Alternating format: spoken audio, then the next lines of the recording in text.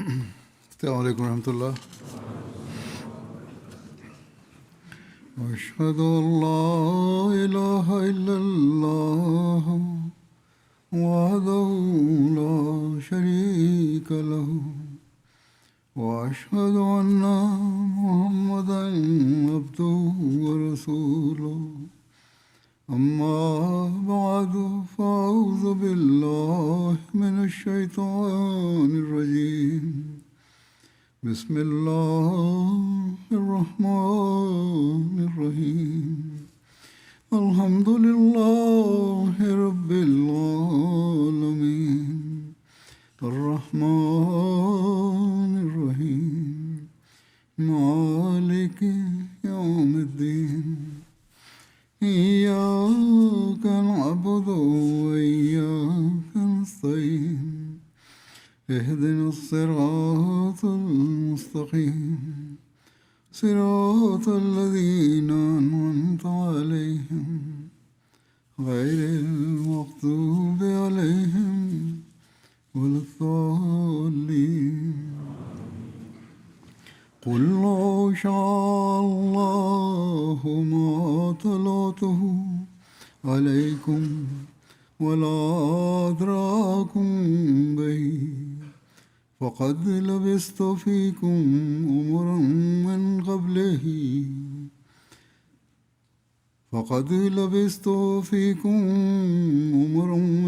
قبله أفلا تعقلون. فمن أظلم ممن افترى على الله كذبا وكذب بآياته إنه لا يفلح المجرمون.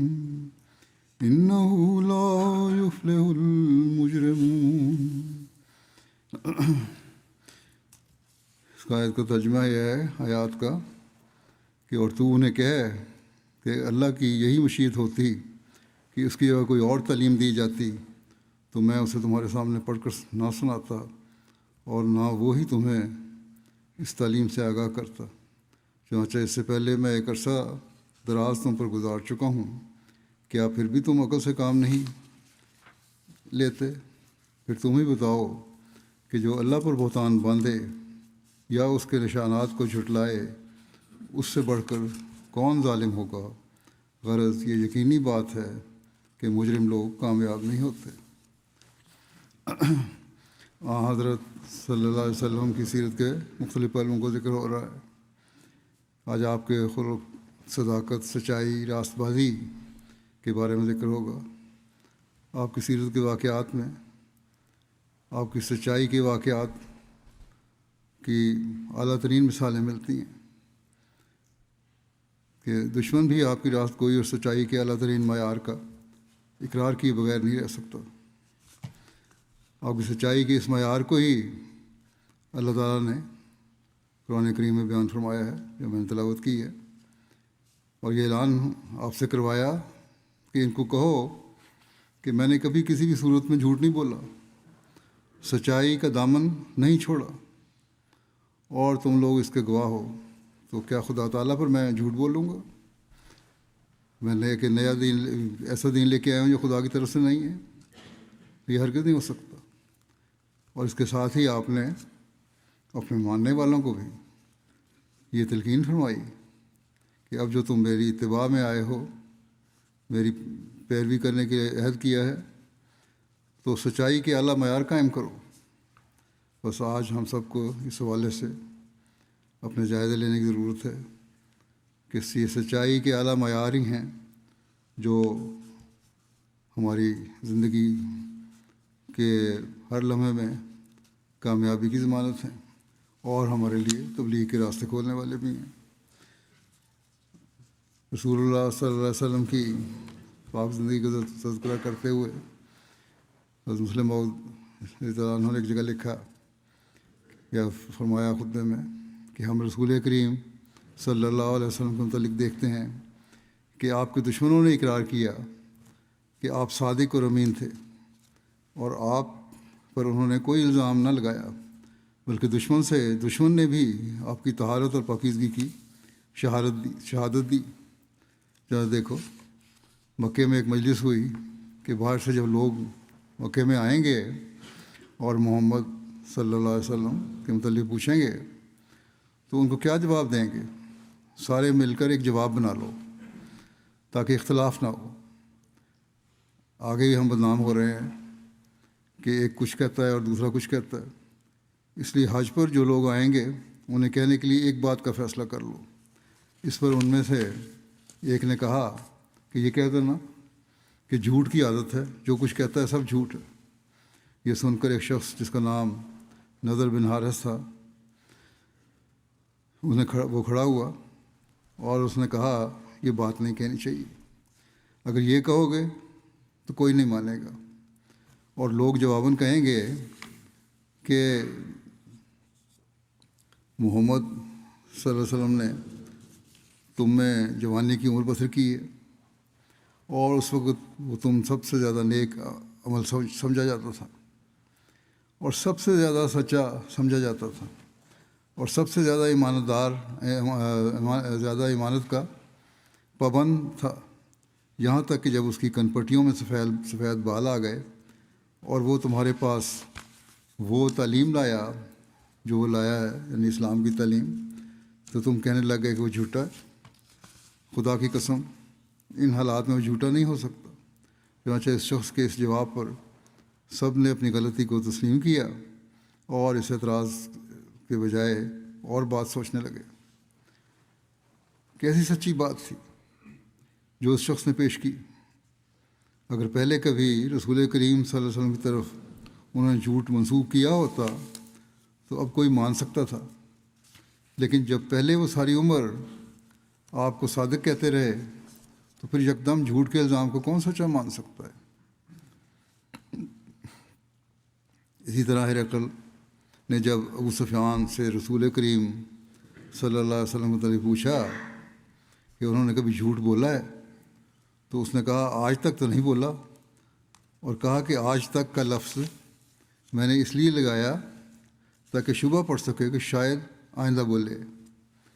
اسی طرح ایک دفعہ رسول کریم صلی اللہ علیہ وسلم نے پہاڑ پر چڑھ کر لوگوں کو بلایا.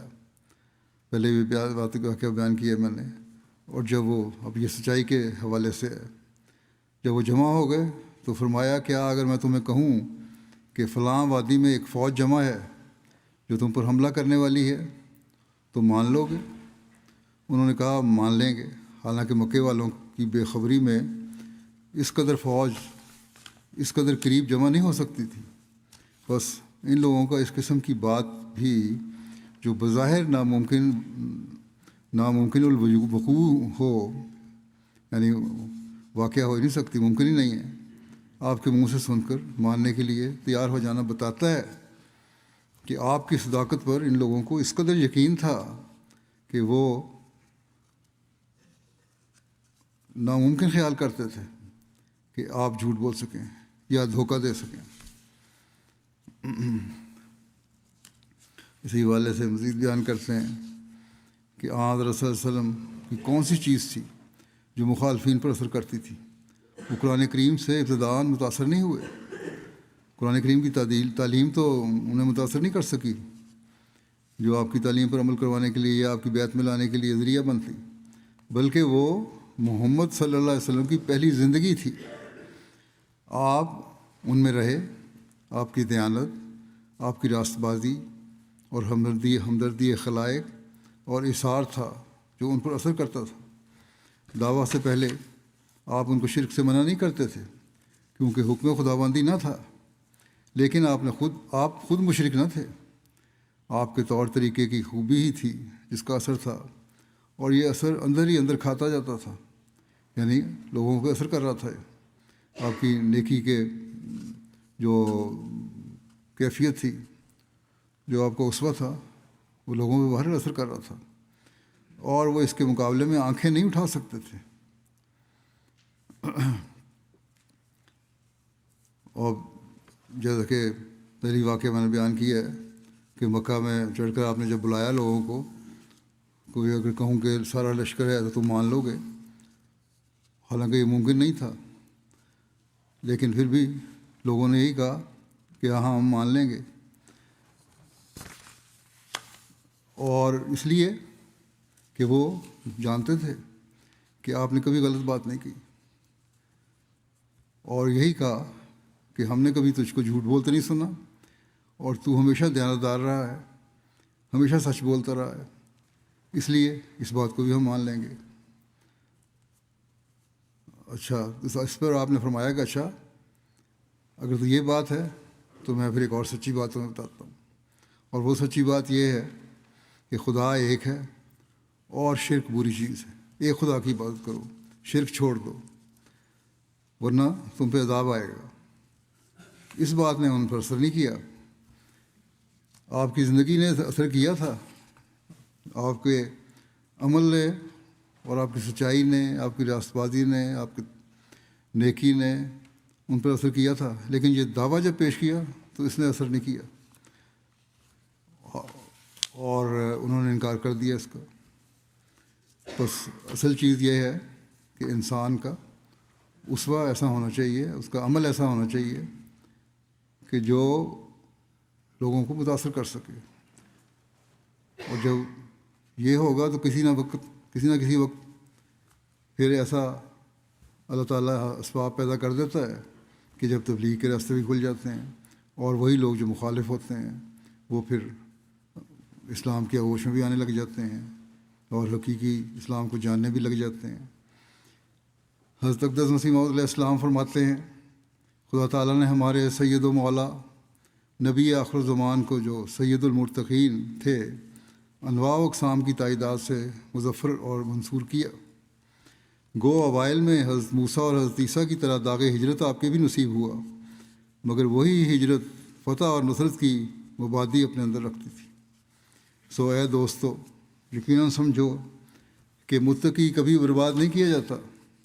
جب دو فریق آپس میں دشمنی کرتے ہیں اور خصومت کو انتہا تک پہنچاتے ہیں تو وہ فریق جو خدا تعالیٰ کی نظر میں متقی اور پرہیزگار ہوتا ہے، آسمان سے اس کے لیے مدد نازل ہوتی ہے، اور اس طرح پر آسمانی فیصلے سے مذہبی جھگڑے انفصال پا جاتے ہیں، یعنی مذہبی جھگڑوں کا فیصلہ ہو جاتا ہے۔ دیکھو ہمارے سید و مولا نبینا محمد صلی اللہ علیہ وسلم کیسے کمزوری کی حالت میں مکے میں ظاہر ہوئے تھے، اور ان دنوں میں ابو جہل وغیرہ کفار کا کیا عروج تھا، اور لاکھوں آدمی حضرت صلی اللہ علیہ وسلم کے دشمن جانی ہو گئے تھے۔ تو پھر کیا چیز تھی جس نے انجام کار ہمارے نبی صلی اللہ علیہ وسلم کو فتح اور ظفر بخشی؟ یقیناً سمجھو کہ یہی راست بازی اور صدق اور پاک باطنی اور سچائی تھی جس کی وجہ سے یہ کامیابیاں ہوئیں۔ پھر آپ فرماتے ہیں، اللہ جل شانہ ہمارے نبی صلی اللہ علیہ وسلم کو مخاطب کر کے فرماتا ہے، وَإِنَّكَ لَعَلَىٰ خُلُقٍ عَظِيمٍ، یعنی تو ایک بزرگ خلق پر قائم ہے۔ سو اسی تشریح کے مطابق اس کے معنی ہیں، یعنی یہ کہ تمام قسم اخلاق کی سخاوت، شجاعت، عدل، رحم، احسان، صدق، حوصلہ وغیرہ تجھ میں جمع ہیں۔ غرض جس قدر انسان کے دل میں قوتیں پائی جاتی ہیں، جیسا کہ ادب، حیا، دیانت، مروت، غیرت، استقامت، عفت، ذہادت، اعتدال، مواسات یعنی ہمدردی، ایسا ہی شجاعت، سخاوت، عفو، صبر، احسان، صدق، وفا وغیرہ، یہ تمام طبعی حالتیں عقل اور تدبر کے مشورے سے اپنے اپنے محل اور موقع پر ظاہر کی جائیں گی، تو سب کا نام اخلاق ہوگا۔ بس اخلاق صرف یہ نہیں ہے کہ کسی سے خوش اخلاقی سے مل لیا، اسلام کر لیا، بلکہ حضرت صلی اللہ علیہ وسلم کے اسوے کے مطابق تو ساری جو نیکیاں ہیں اور لوگوں سے جو معاملات ہیں ان میں ان کا اظہار جو ہے وہ اعلیٰ اخلاق ہیں، جس کی طرف توجہ دینے کی ضرورت ہے۔ حضرت صلی اللہ علیہ وسلم سچائی کو دنیا میں پھیلانے کے لیے آئے تھے، اس لیے مختلف موقعوں پر آپ پر ایمان لانے والوں کو بھی آپ نے سچائی پر قائم رہنے کی تلقین فرمائی۔ چنانچہ ایک روایت میں آتا ہے، حضرت عبداللہ بن مسعود بیان کرتے ہیں کہ رسول اللہ صلی اللہ علیہ وسلم نے فرمایا، تم پر سچ فرض ہے، تم پر سچ فرض ہے، کیونکہ سچ نیکی کی طرف لے جاتا ہے اور نیکی جنت کی طرف لے جاتی ہے۔ اور کوئی شخص مسلسل سچ بولتا ہے اور سچ کی جستجو میں لگا رہتا ہے یہاں تک کہ وہ اللہ کے ہاں صدیق لکھا جاتا ہے۔ اور تم لوگ جھوٹ سے بچو، کیونکہ جھوٹ بدکاری کی طرف لے جاتا ہے اور بدکاری آگ کی طرف لے جاتی ہے، اور آدمی جھوٹ بولتا چلا جاتا ہے اور جھوٹ بولنے کی جستجو کرتا ہے یہاں تک کہ وہ اللہ کے ہاں کذاب لکھا جاتا ہے، اور جب کذاب لکھا جاتا ہے تو وہ آگ کی طرف جاتا ہے۔ بس بڑے خوف کا مقام ہے یہ۔ حضرت عبداللہ سے روایت ہے، وہ اسے نبی کریم صلی اللہ علیہ وسلم تک پہنچاتے ہیں کہ آپ صلی اللہ علیہ وسلم نے فرمایا، بے شک جھوٹ کسی حال میں درست نہیں، نہ سنجیدگی میں اور نہ مذاق میں۔ لوگ بعض مذاق میں کہتے ہیں جی ہم نے مذاق کیا تھا، جھوٹ بولتا تھا، یہ مذاق میں بھی جائز نہیں ہے۔ اور نہ یہ کہ کوئی شخص اپنے بچے سے وعدہ کرے پھر اسے پورا نہ کرے۔ یقیناً سچائی نیکی کی طرف رہنمائی کرتی ہے اور نیکی جنت کی طرف لے جاتی ہے، اور بے شک جھوٹ برائی کی طرف لے جاتا ہے اور برائی آگ یعنی جہنم کی طرف لے جاتی ہے۔ سچے شخص کے بارے میں کہا جاتا ہے کہ اس نے سچ کہا اور نیکی کی، اور جھوٹے کے بارے میں کہا جاتا ہے کہ اس نے جھوٹ کہا اور برائی کی۔ علامہ راضی سورہ توبہ کی آیت کی تشریح کرتے ہوئے 119 آیت ہے کہ یا ایھا الذین آمنوا اتقوا اللہ وکونوا مع الصادقین، یا ایھا الذین آمنوا اتقوا اللہ وکونوا مع الصادقین، کہ اے وہ لوگوں جو ایمان لائے ہو، اللہ کا تقوی اختیار کرو اور صادقوں کے ساتھ ہو جاؤ۔ اس کی تشریح میں علامہ راضی کہتے ہیں کہ ایک شخص نبی صلی اللہ علیہ وسلم کے پاس آیا اور کہا، یا رسول اللہ صلی اللہ علیہ وسلم، میں ایسا شخص ہوں کہ جو چاہتا ہے کہ اپنی برائیوں سے بچے، لیکن مجھے شراب، زنا، چوری اور جھوٹ بہت پسند ہیں۔ یہ عادتیں ایسی ہیں جو میرے میں بہت زیادہ پائی جاتی ہیں۔ لوگ کہتے ہیں کہ آپ ان چیزوں کو حرام قرار دیتے ہیں، اب میں ایمان تو لے آیا ہوں، لانا چاہتا ہوں، لیکن آپ کہتے ہیں یہ چیزیں حرام ہیں اور مجھ میں بھی بہت زیادہ ہیں، اور مجھے پوری طاقت نہیں کہ ان سب کو چھوڑوں۔ اگر آپ صرف ایک پر قناعت کریں، ایک بات مجھے بتا دیں کہ جس کو میں چھوڑوں، تو میں آپ پر ایمان لے آؤں گا۔ آپ نے فرمایا ٹھیک ہے، پھر جھوٹ چھوڑ دو۔ اس نے یہ کال کر لیا اور مسلمان ہو گیا۔ پھر جب وہ نبی صلی اللہ علیہ وسلم کے پاس سے نکلا تو اس کو شراب پیش کی گئی۔ اس نے کہا کہ اگر میں پیتا ہوں اور پھر رسول اللہ صلی اللہ علیہ وسلم مجھ سے پوچھیں اور میں جھوٹ بولوں تو میں بدعہدی کا مرتکب ہوں گا، اور اگر سچ کہوں تو مجھ پر حد لگائی جائے گی۔ اس پر اس نے اسے چھوڑ دیا۔ پھر زنا پیش کیا گیا، پھر سب کچھ اس کے ذہن میں آیا، اس نے اسے بھی ترک کر دیا، اور اسی طرح چوری کو بھی۔ پھر وہ رسول اللہ صلی اللہ علیہ وسلم کے پاس آیا اور کہا جو آپ نے کیا وہ کیا ہی عمدہ تھا۔ جب آپ نے مجھے جھوٹ سے روکا تو باقی تمام گناہوں کے دروازے میرے لیے بند ہو گئے، اور اس طرح اس نے ہر برائی سے توبہ کر لی۔ حضرت ابوبکر کے قبول اسلام کے بارے میں لکھا ہے، ام المومنین حضرت ام سلمہ بیان کرتی ہیں کہ حضرت ابوبکر صدیق حضور صلی اللہ علیہ وسلم کے گہرے اور مخلص دوست تھے۔ جب آپ مبعوث ہوئے تو قریش کے لوگ حضرت ابوبکر کے پاس آئے اور کہا کہ اے ابوبکر، تمہارا یہ ساتھی دیوانہ ہو گیا، نعوذ باللہ۔ حضرت ابوبکر نے کہا کہ ان کا کیا معاملہ ہے؟ تو انہوں نے کہا لوگوں نے کہ وہ مسجد حرام میں لوگوں کو توحید یعنی خدائے واحد کی طرف بلاتا ہے، اور وہ کہتا ہے کہ وہ نبی ہے۔ حضرت ابوبکر صدیق نے کہا یہ بات انہوں نے کہی ہے؟ لوگوں نے کہا ہاں، اور وہ یہ بات مسجد حرام میں کہہ رہے ہیں۔ چنانچہ حضرت ابوبکر نبی کریم صلی اللہ علیہ وسلم کی طرف گئے اور آپ کے دروازے پر دستک دی، آپ کو باہر بلایا۔ جب آپ ان کے سامنے آئے تو حضرت ابوبکر نے کہا کہ ابو القاسم، مجھے آپ کے متعلق کیا بات پہنچی ہے؟ حضور صلی اللہ علیہ وسلم نے فرمایا، اے ابوبکر، تمہیں میرے متعلق کیا بات پہنچی ہے؟ حضرت ابوبکر نے کہا کہ مجھے یہ بات پہنچی ہے کہ آپ اللہ کی توحید کی طرف بلاتے ہیں اور آپ کہتے ہیں کہ آپ اللہ کے رسول ہیں۔ حضور صلی اللہ علیہ وسلم نے فرمایا ہاں اے ابو بکر، یقیناً میرے رب عز و جل نے مجھے بشیر اور نذیر بنایا ہے، اور مجھے ابراہیم کی دعا بنایا ہے، اور مجھے تمام انسانوں کی طرف مبعوث کیا ہے۔ حضرت ابو بکر نے آپ صلی اللہ علیہ وسلم سے کہا، اللہ کی قسم میں نے کبھی آپ کو جھوٹ بولتے نہیں دیکھا، آپ یقیناً اپنی امانت کی عظمت، صلہ رحمی اور اچھے افعال کی وجہ سے نبوت کے زیادہ حقدار ہیں۔ اپنا ہاتھ بڑھائیں تاکہ میں آپ کی بیعت کروں۔ تو رسول اللہ صلی اللہ علیہ وسلم نے اپنا ہاتھ بڑھایا اور حضرت ابوبکر نے آپ کی بیعت کی اور آپ کی تصدیق کی اور اقرار کیا کہ آپ جو لے کر آئے ہیں وہ حق ہے۔ بس اللہ کی قسم حضرت ابوبکر نے کوئی توقف اور تردد نہیں کیا جب رسول اللہ صلی اللہ علیہ وسلم نے آپ کو اسلام کی طرف بلایا۔ حضرت مسیح موعود علیہ السلام فرماتے ہیں اس بارے میں، جب حضرت صلی اللہ علیہ وسلم نے اظہار نبوت فرمایا تو حضرت ابوبکر صدیق رضی اللہ عنہ شام کی طرف گئے ہوئے تھے۔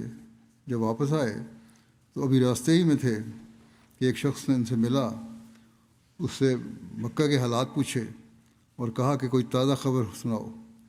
یہ قاعدے کی بات ہے کہ جب انسان سفر سے واپس آتا ہے تو اگر کوئی اہل وطن مل جاوے تو اس سے وطن کے حالات پوچھتا ہے۔ اس نے کہا کہ نئی بات یہ ہے کہ تیرے دوست محمد صلی اللہ علیہ وسلم نے پیغمبری کا دعویٰ کیا ہے۔ آپ نے سنتے ہی کہا، اگر اس نے یہ دعویٰ کیا ہے تو بے شک وہ سچا ہے۔ اس سے معلوم ہوتا ہے کہ آپ پر کس قدر حسن ظن تھا، یعنی آپ صلی اللہ علیہ وسلم پر حضرت ابوبکر کو کتنا حسن ظن تھا۔ معجزے کی بھی ضرورت نہیں سمجھی، اور حقیقت یہ ہے کہ معجزہ وہ شخص مانگتا ہے جو حالات سے واقف نہ ہو اور جہاں غیریت ہو، اور وہ تسلی پانے کے لیے کہتا ہے، لیکن جس کو انکار ہی نہیں اس کو معجزے کی کیا ضرورت ہے۔ غرض حضرت ابوبکر صدیق راستے ہی میں سن کر ایمان لے آئے، اور جب مکے پہنچے تو حضرت صلی اللہ علیہ وسلم خدمت میں حاضر ہو کر دریافت کیا کہ کیا آپ نے نبوت کا دعویٰ کیا ہے؟ حضرت صلی اللہ علیہ وسلم نے فرمایا ہاں درست ہے۔ اس پر حضرت ابوبکر صدیق نے کہا کہ آپ گواہ رہیں، میں آپ کا پہلا مصدق ہوں۔ پھر ایک اور دوسری جگہ آپ فرماتے ہیں کہ اس رنگ میں بیان فرمایا آپ نے کہ اس بات کو سمجھنا سعادت ہے، جس نے اول زمانے میں نہیں پایا اس کی کوئی قابلیت اور خوبی نہیں۔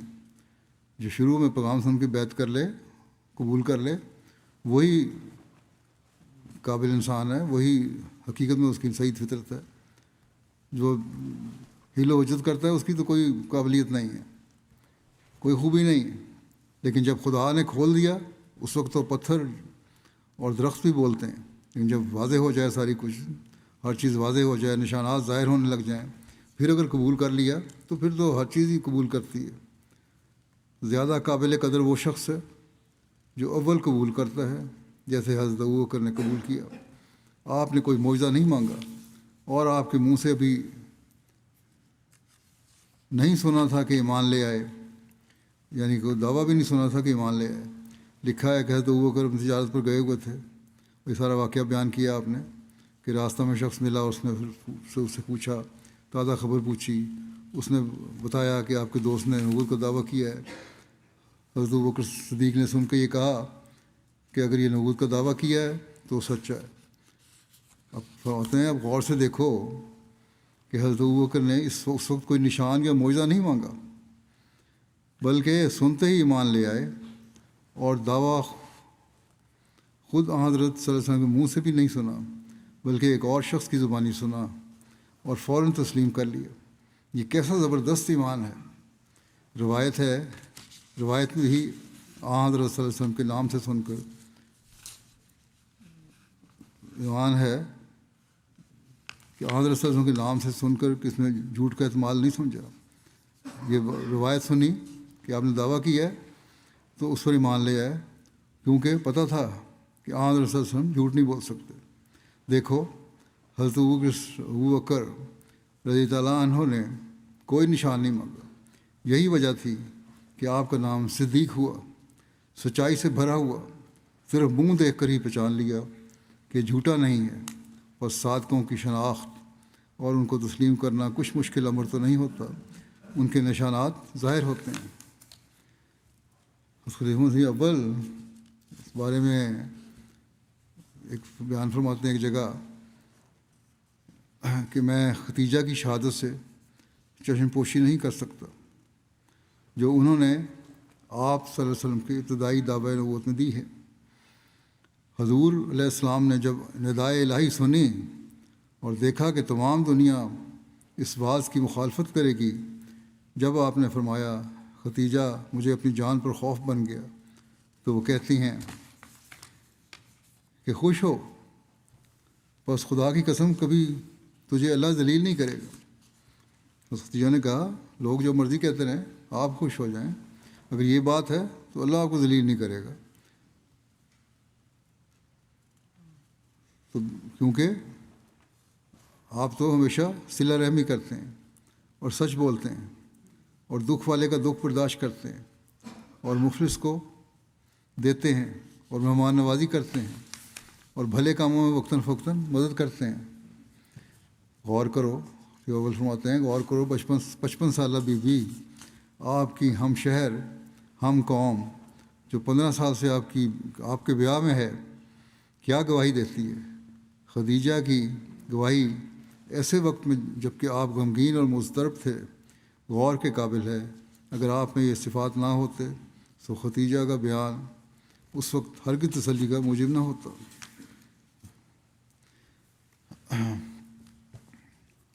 شیب ابی طالب میں مسوری کی حالت میں جب تیسرا سال ہونے کو آیا تو نبی کریم صلی اللہ علیہ وسلم نے اللہ تعالیٰ سے علم پا کر اپنے چچا ابو طالب کو اطلاع دی کہ بنو ہاشم سے بائی کاٹ کا جو معاہدہ خانہ کعبہ میں لٹکایا گیا تھا، اس کی ساری عبادت کو اللہ کے ذکر کے سوا دیمک کھا گئی ہے۔ ابو طالب کو رسول اللہ صلی اللہ علیہ وسلم کے قول پر ایسا یقین تھا کہ انہوں نے پہلے اپنے بھائیوں سے آپ کی اس بات کا ذکر کرتے ہوئے کہا کہ خدا کی قسم محمد صلی اللہ علیہ وسلم نے مجھ سے آج تک کبھی جھوٹ نہیں بولا۔ چنانچہ وہ ان کے ساتھ سرداران قریش کے پاس گئے اور ان سے کہا کہ میرے بھتیجے نے مجھے یہ بتایا ہے اور اس نے مجھ سے کبھی جھوٹ نہیں بولا کہ اللہ تعالیٰ نے تمہارے معاہدے پر دیمک کو مسلط کر دیا ہے اور وہ اس میں سے سوائے اللہ کے ذکر کے سب کچھ کھا گئی ہے۔ اگر میرا بھتیجا سچا نکلا تو تمہیں اپنے بائی کاٹ کے فیصلے سے ہٹنا ہوگا، اور اگر وہ جھوٹا ثابت ہوا تو میں اسے تمہارے حوالے کر دوں گا، چاہو تو اسے قتل کرو اور چاہو تو زندہ رکھو۔ انہوں نے کہا بالکل یہ انصاف کی بات ہے۔ پھر جب معاہدے کو دیکھا گیا تو وہ ایسے ہی تھا جیسے رسول اللہ صلی اللہ علیہ وسلم نے فرمایا تھا۔ چنانچہ قریش اپنی قوم کے سامنے شرمندہ ہو گئے۔ قریش نے ایک دفعہ اپنے ایک سردار عتبہ کو نمائندہ بنا کر رسول کریم صلی اللہ علیہ وسلم کی خدمت میں بھجوایا۔ اس نے کہا کہ آپ ہمارے معبودوں کو کیوں برا بھلا کہتے ہیں اور ہمارے آباء کو کیوں گمراہ قرار دیتے ہیں؟ آپ کی جو بھی خواہش ہے ہم پوری کرتے ہیں، آپ ان باتوں سے باز آ جائیں۔ حضور صلی اللہ علیہ وسلم تحمل اور خاموشی سے ان کی باتیں سنتے رہے۔ جب وہ سب کہہ چکا تو آپ نے سورہ حامیم فصلت کی چند آیات تلاوت کیں، اور جب آپ اس آیت پر پہنچے کہ میں تمہیں عاد و سمود جیسے عذاب سے ڈراتا ہوں، تو عتبہ نے آپ کو روک دیا کہ آپ بس کریں، اور عتبہ اٹھ کر اپنے ساتھیوں کے پاس آ گیا۔ اس نے قریش کو جا کر کہا کہ میں جانتا ہوں کہ محمد صلی اللہ علیہ وسلم جب کوئی بات کہتا ہے تو وہ ہرگز جھوٹ نہیں کہتا، مجھے ڈر لگتا ہے کہ کہیں تم پر وہ عذاب نہ آ جائے۔ ابو جہل کی گواہی بھی ملتی ہے۔ حضرت علی نے بیان فرمایا کہ ابو جہل نے نبی صلی اللہ علیہ وسلم سے کہا ہم آپ کو نہیں جھٹلاتے بلکہ اسے جھٹلاتے ہیں جو آپ لے کر آئے ہیں، یعنی آپ کے دین کو جھٹلاتے ہیں۔ ایک روایت میں ہے اخنس بن شریک بدر کے دن ابو جہل سے ملا۔ اس نے کہا اے ابو الحکم، یہاں میرے اور تمہارے سوا کوئی نہیں ہے جو ہماری بات سن رہا ہو، مجھے محمد کے بارے میں سچ سچ بتاؤ، کیا وہ سچے ہیں یا جھوٹے؟ ابو جہل نے جواب دیا اللہ کی قسم محمد صلی اللہ علیہ وسلم یقیناً سچے ہیں اور محمد نے کبھی بھی جھوٹ نہیں بولا۔ بس مسلم آؤز بیان کرتے ہوئے فرماتے ہیں ایک جگہ کہ کیا محمد رسول اللہ صلی اللہ علیہ وسلم کے دشمنوں نے اپنے رسول کو نہیں پہچانا کہ اس کا انکار کر رہے ہیں؟ یعنی یہ کتنے تعجب کی بات ہے کہ انہوں نے 40 سال تک محمد رسول اللہ صلی اللہ علیہ وسلم کو دیکھا، آپ کے اخلاق اور عادات کا انہوں نے مشاہدہ کیا، اور انہوں نے اپنی عینی شہادات سے اس امر کو تسلیم کیا کہ محمد رسول اللہ صلی اللہ علیہ وسلم نہایت راست باز انسان ہیں۔ مگر جب اس راست باز انسان نے یہ کہا کہ میں خدا کی طرف سے تمہاری ہدایت کے لیے مبعوث کیا گیا ہوں، تو اس کی مخالفت کے لیے کھڑے ہو گئے۔ اگر غیر شخص یہ بات کہتا تو معذور سمجھا جاتا تھا، اور اس کے متعلق خیال کیا جا سکتا تھا کہ چونکہ اس نے محمد رسول اللہ صلی اللہ علیہ وسلم کو نہیں دیکھا، اس لیے وہ آپ کی طرف یہ بات منسوب کر رہا ہے کہ آپ نے خدا تعالیٰ پر افتراء کیا ہے۔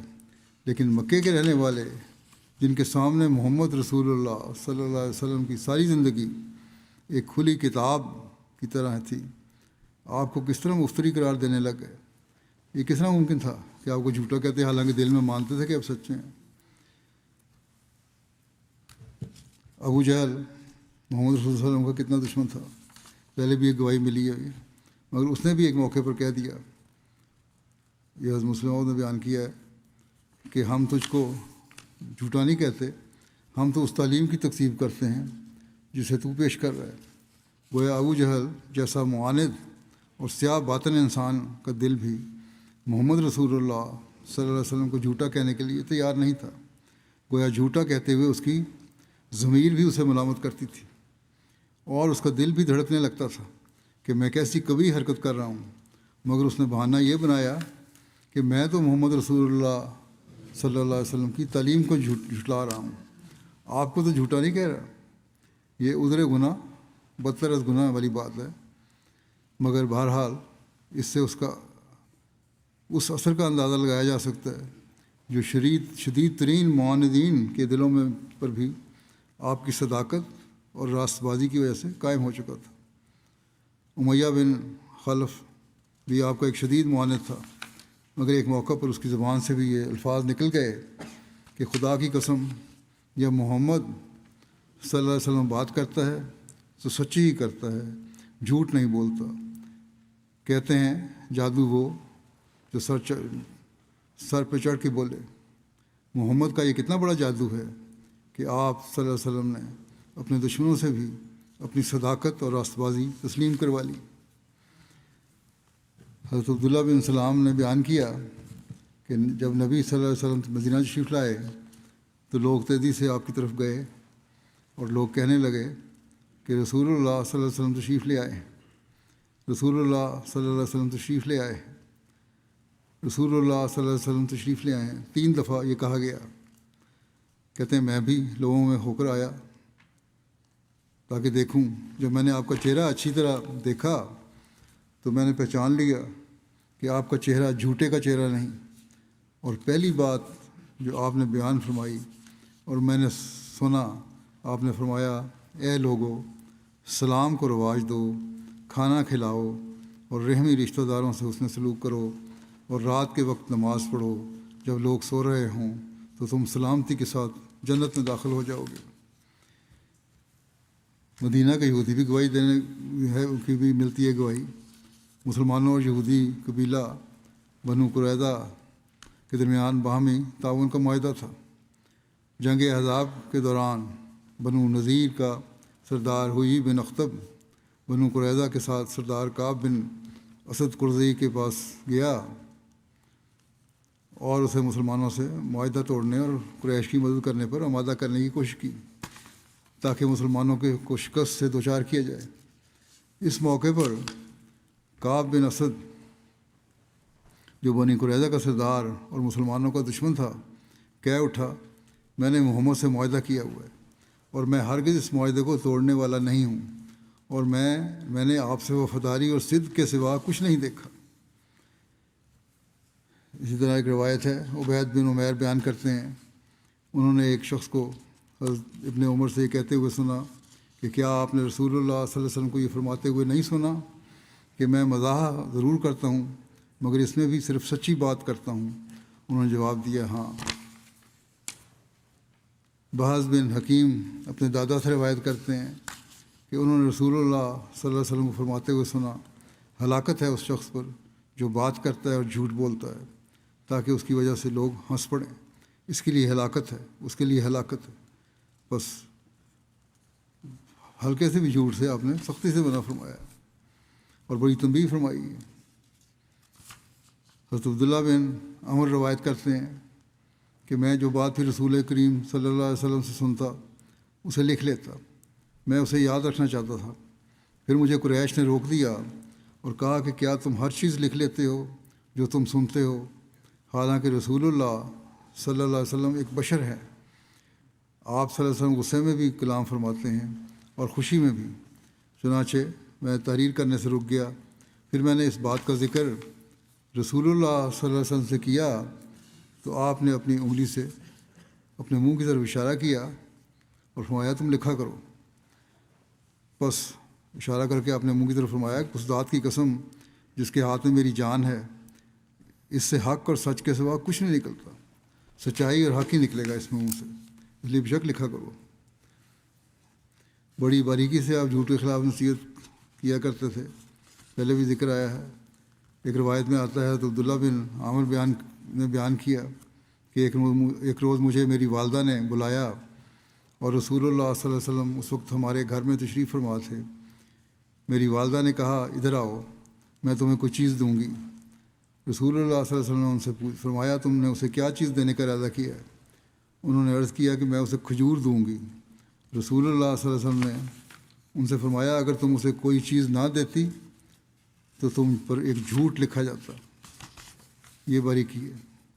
حضرت مسلم اور فرماتے ہیں رسول کریم صلی اللہ علیہ وسلم کا ذاتی مقام تو سچ کے متعلق اتنا بالا تھا کہ آپ کی قوم نے آپ کا نام ہی صدیق رکھ دیا تھا۔ آپ اپنی جماعت کو بھی سچائی پر قائم رہنے کی ہمیشہ نصیحت فرماتے تھے۔ اپنا مقام تو تھا لیکن جماعت کو بھی سچائی پر قائم رہنے کی نصیحت فرماتے تھے اور ایسے اعلیٰ درجہ کے سچ کے مقام پر کھڑا کرنے کی کوشش فرماتے تھے جو ہر قسم کے جھوٹ کے شائبوں سے پاک ہو۔ آپ فرمایا کرتے تھے کہ سچ ہی نیکی کا طرف توجہ دلاتا ہے اور نیکی ہی انسان کو جنت دلاتی ہے، اور سچ کا اصل مقام یہ ہے کہ انسان سچ بولتا چلا جائے یہاں تک کہ خدا کے حضور بھی وہ سچا سمجھا جائے۔ ایک دفعہ رسول کریم صلی اللہ علیہ وسلم کے پاس ایک شخص قید ہو کر آیا جو بہت سے مسلمانوں کے قتل کا موجب ہو چکا تھا۔ حضرت عمر سمجھتے تھے کہ یہ شخص واجب القتل ہے اور وہ بار بار رسول اللہ صلی اللہ علیہ وسلم کے چہرے کی طرف دیکھتے تھے کہ اگر آپ اشارہ کریں تو اسے قتل کر دیں۔ جب وہ شخص اٹھ کر چلا گیا تو حضرت عمر نے کہا یا رسول اللہ صلی اللہ علیہ وسلم یہ شخص تو واجب القتل تھا۔ آپ نے فرمایا واجب القتل تھا، تم نے اسے قتل کیوں نہ کیا؟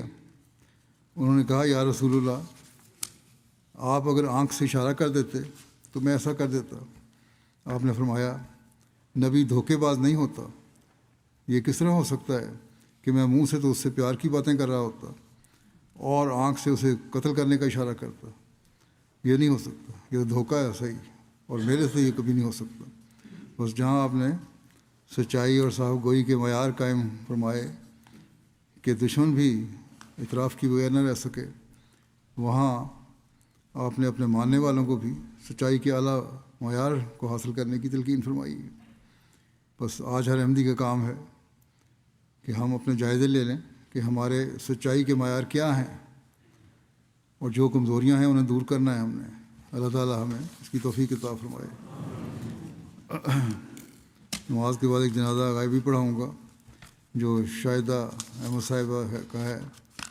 مرزا نسیم احمد صاحب کی اہلیہ تھیں، گزشتہ دنوں میں 91 سال کی عمر میں فوت ہوئی ہیں۔ انا للہ و انا الیہ راجعون۔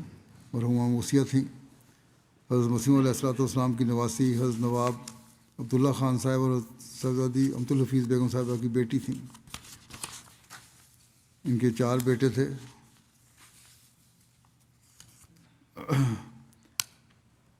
ان کے بڑے بیٹے نعمان نے لکھا ہے کہ ہر کوئی کہہ رہا ہے کہ مجھ سے بہت پیار کرتی تھی، بڑا اچھا حسن سلوک تھا ان کا لوگوں کے ساتھ۔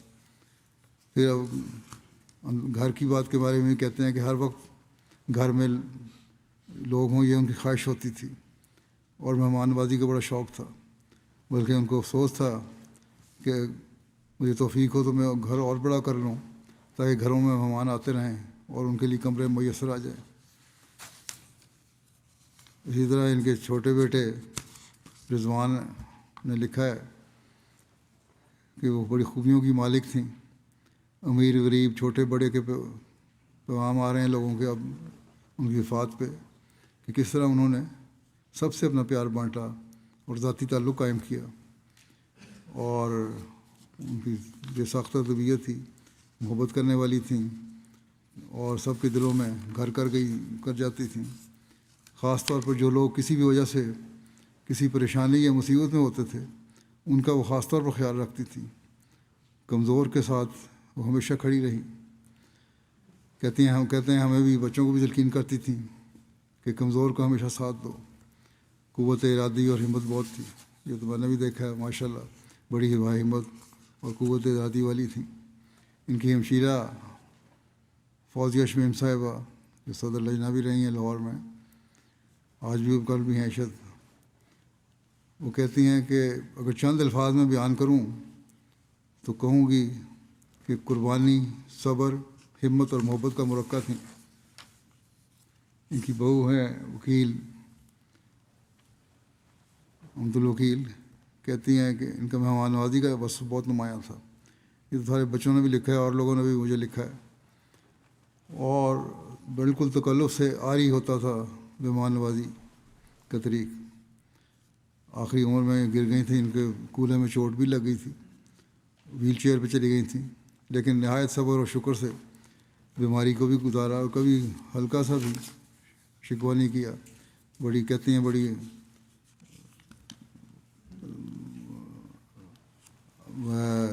ہمت والی مریضہ تھیں اور کبھی ہمیں تنگ نہیں کیا۔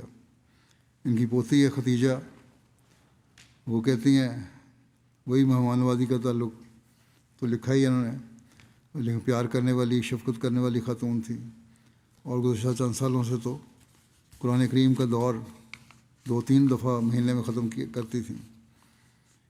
غریبوں کی بڑی ہمدرد تھیں، اور کہتے ہیں ہمیں بھی نصیحت کیا کرتے تھیں غریبوں کے لیے دعا کیا کرو۔ ان کی بھانجی ہیں، یہاں رہتی ہے، ان کی بھانجی کی بیٹی ہے عزیزہ نیہا، کہتی ہیں ہر حال میں مثبت سوچ رکھتی تھیں، زندگی کے ہر لمحے کی قدر کرتی تھیں، اور گھر میں کام کرنے والے ملازمین کا بھی بہت خیال رکھتی تھیں جیسے کہ وہ اپنے ہوں۔ بہرحال یہ میں نے بھی دیکھا ہے کہ عموماً یہ بات اس بات سے بھی مثبت سوچ رکھنے والی بات ہے، بچ کے رہتی تھی کسی کے متعلق کوئی منفی بات کریں، جذبات کو تکلیف پہنچانے والی بات کریں، لوگوں کے جذبات کا بہت خیال رکھا کرتی تھیں۔ کہتی ہے کہ ایک بار ان کی ملازمہ کی شادی کی وجہ سے رخصت ہو رہی تھی گھر سے، تو افسردہ ہوئیں، جس طرح اپنی بیٹیوں کے رخصت ہونے پہ افسردہ ہوتا لوگ ہوتے ہیں کہ اب گھر بے رونق ہو جائے گا۔ بعض دفعہ لوگوں کی ایسی نیکیاں ہوتی ہیں جو عموماً چھپی رہتی ہیں، لیکن بعد میں جن سے کی ہوئی ہوں ان سے پتہ چلتا ہے۔ یہ بھی ایسی لوگوں میں سے تھیں۔ اللہ تعالیٰ ان سے مغفرت اور رحم کا سلوک فرمائے۔